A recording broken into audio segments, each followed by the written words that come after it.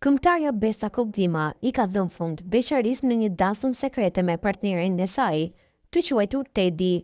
Burime ekskluzive për VIP Magazine bëjnë me dije se ata kanë kurorzuar dashurinë e tyre në një ceremoni private në Drimadhesin.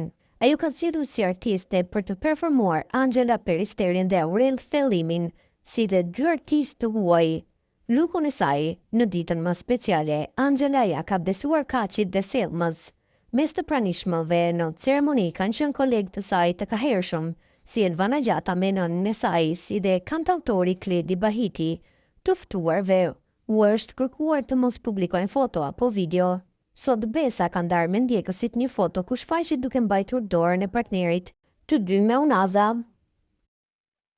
Dasma e prezantueses Cindy Marina me Genar Topallin, djalin e ish kryeparlamentar në res Josefina Topalli, ka qenë një nga temat më të komentuara të ditëve të fundit, por vëmendjen e mori edhe komenti e moderatore sportive Eva Murati, ish partnerja Genar Topallit në një nga videot e saj në TikTok.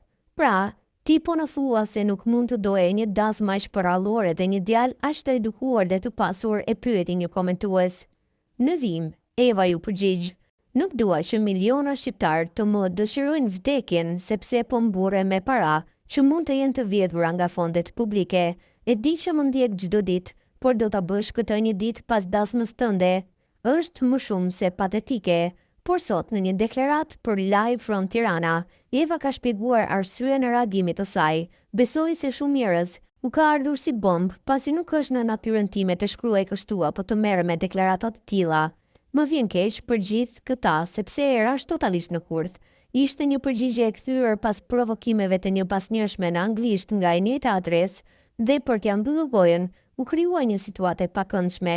E them me bindje kurth, sepse gazetat e morën në mënyrë të një pasnjëshme komentin, gjë që nuk kishte ndodhur më parë, fatkeqësisht, dhe pa dashur u bëra pjesë e një telenovele që realisht nuk dua të jem pjesë.